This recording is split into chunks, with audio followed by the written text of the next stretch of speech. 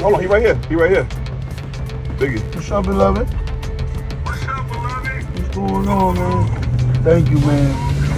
Thank you, man. Thank you, man. I'm just trying to get situated. How the brother, man? What's going on, Max? We don't need this. Nah, I ain't, look, yeah, that ain't me. I ain't, listen. That ain't me. When we went up in there, when I went in the club, bro, I had two whole other records that wasn't even in that chapter when I was on with that regime. The nigga Flex said he don't got no records. He only got Pen and Tail. I said, all right, we only was doing like one maybe two songs. Right. The two hooks of Pen and Tail. And then play the Grand Crew joint.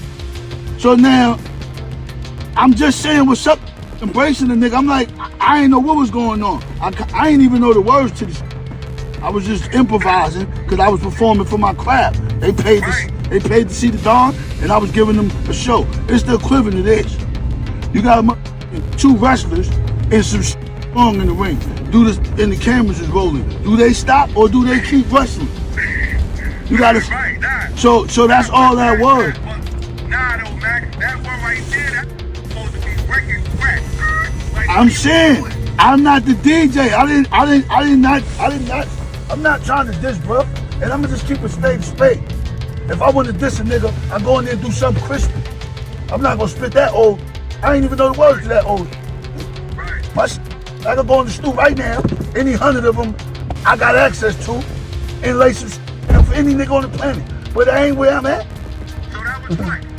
That was Flex. Listen, that was all Flex.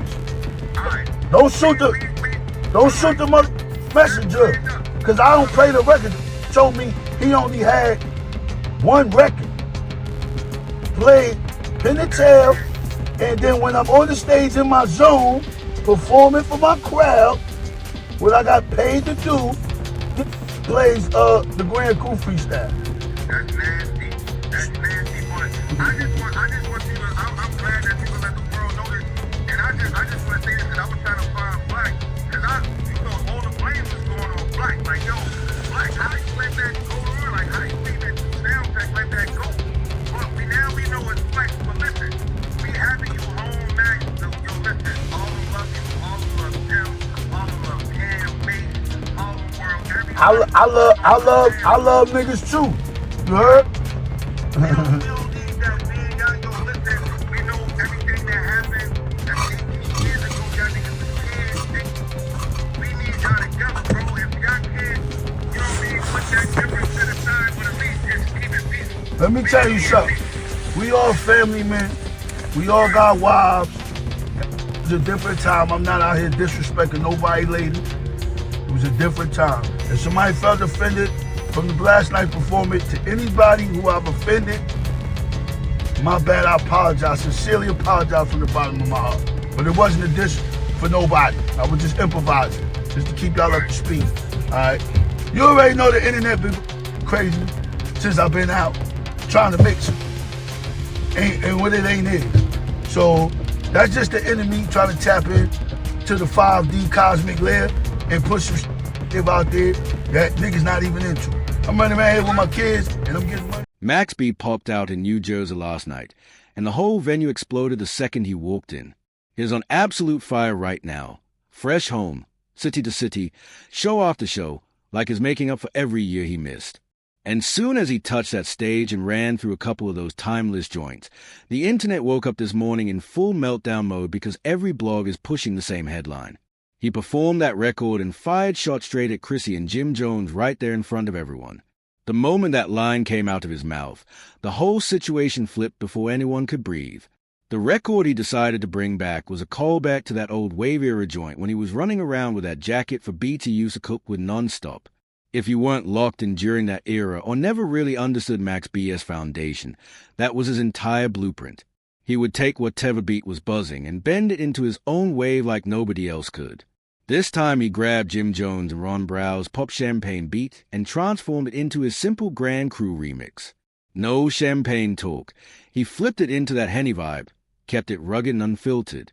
But the bar that really detonated everything was when he hit that legendary line, "Now these bird gang bees, they can't stand me. Jimmy mad cause Chrissy touched it out in Miami. That line has been floating in the culture since the old DVD era, the corner store interview days. And hearing him spit it again, live, after all these years, had the whole crowd losing their minds.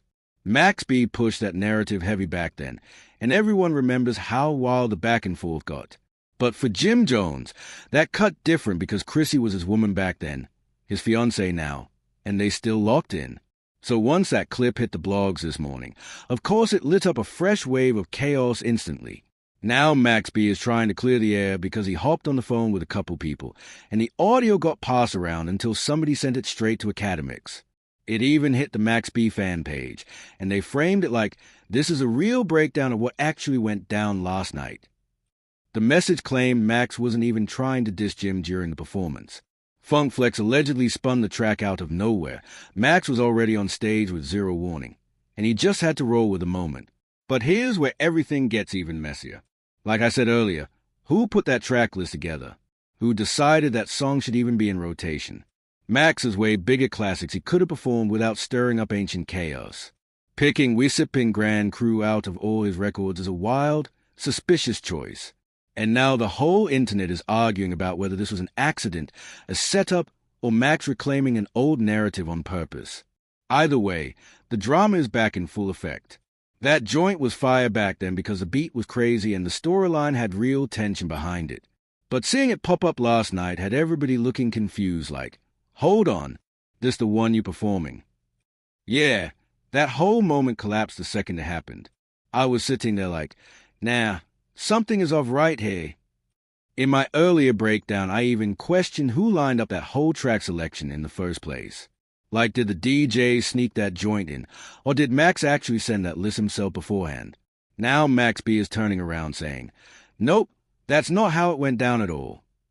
He's pointing the entire situation straight at Funk Flex, saying Flex is the one who threw that record on out of nowhere. And I'll be real with you, I don't know who pressed what because I wasn't standing in the booth. But I will say this, if Funk Flex played that track, there's not a single chance that was an accident. That man knows exactly what he's doing every time he hits play. He was chasing controversy, chasing headlines, chasing that algorithm spike like he always does. He wanted the big capital CS, chaos, controversy, confusion, conflict, confrontation, all rolled into one messy moment to fuel the conversation. And honestly, it felt like somebody purposely sprinkled in a little crashing out energy because nobody on this planet randomly picks that track from Max BS catalog. Anyone who truly knows Max knows that's not the go-to record you casually toss on at a show. So if that was the one you press play on, you definitely knew it was going to spark something. You knew it was going to stir the whole pot, cook up nonsense, and turn into a trending topic by sunrise if that's really how it happened. Either way, let's keep it 100. Funk Flex is absolutely about to feast off this whole situation. He's the type who can flip a small spark into a full wildfire without even trying. He's probably already planning his response, loading up the studio, and preparing to drop 100 bombs on the radio like he always does. I can already picture him announcing some new segment, grabbing the MIC, breaking down his version of events, slamming bomb drops every 2 seconds just to keep the chaos moving. But if you listen closely to that phone call, you can hear someone trying to play peacemaker in the middle, telling everybody to chill. Like, bro, relax. We good. We're not going down that road tonight. They kept reminding both sides that everybody's grown now, everybody's got families, and the whole point is moving forward, not spiraling into old nonsense. Max B even said it straight up, I'm not disrespecting nobody's wife or nobody's girl. He made it clear he wasn't aiming at anybody's family, especially with Jim having kids and his son being grown now. These dudes are almost 50, yet the internet been waiting for over a decade hoping they clash again, hoping for fireworks, hoping for another back and forth like it's 2009 all over again. And yeah, some fans will say it's just music, but when someone feels like their partner was disrespected, that's no longer just a bar, that becomes personal. Yeah, Jim Jones said things about Max B before Max came home. And yeah, Jim made it loud and clear he wasn't rocking with him back then. He said, F Max B. He said he wasn't dealing with him. All that. But that doesn't mean Max is out here trying to drag his family just to keep some old beef alive. Now here's where things got even crazier. Because once that clip started spreading this morning, a whole fresh wave of voices jumped in. People started saying Max was only trying to calm it down because he knows the industry is watching his every move right now. Everything he does is being dissected, and is trying to keep his momentum clean so nobody derails the run he's on. And honestly, that makes perfect sense. He just came home. He's piling up bookings, and is not trying to get sucked back into Harlem drama that should have been buried a decade ago.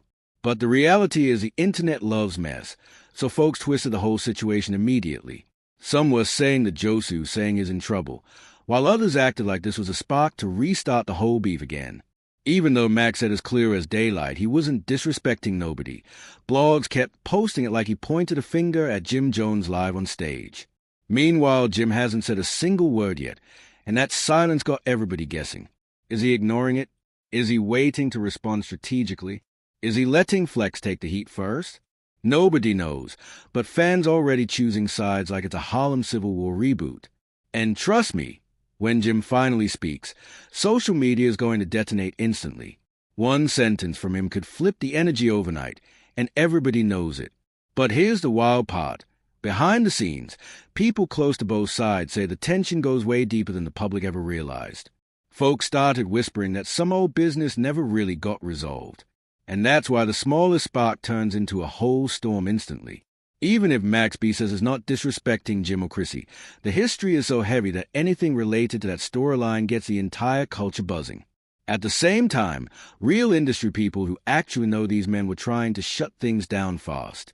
Some were calling around like, "Bro, we're not doing this again. Let that man shine. Let everybody move forward." They know Max is trying to rebuild his life. And Jim's been moving forward too. Interviews, businesses, shows, all that. Nobody wants to watch two Harlem legends let a misunderstanding blow up into something bigger than it has to be. But the internet don't care about peace. The internet loves chaos. So once Max's clip went viral, people acted like he stormed the stage plotting trouble. Even though the man literally said he wasn't aiming at nobody's family, the blogs kept pouring gasoline on it like this was some brand new diss war. And now the whole culture is locked in on one thing, Jim Jones' response. Because the moment Jim says anything, calm or heated, it's going to shift the whole conversation and push the story into a brand new chapter instantly. He got asked about the situation right before Max came home, and even then he didn't want to talk about it. He's been dodging that topic completely.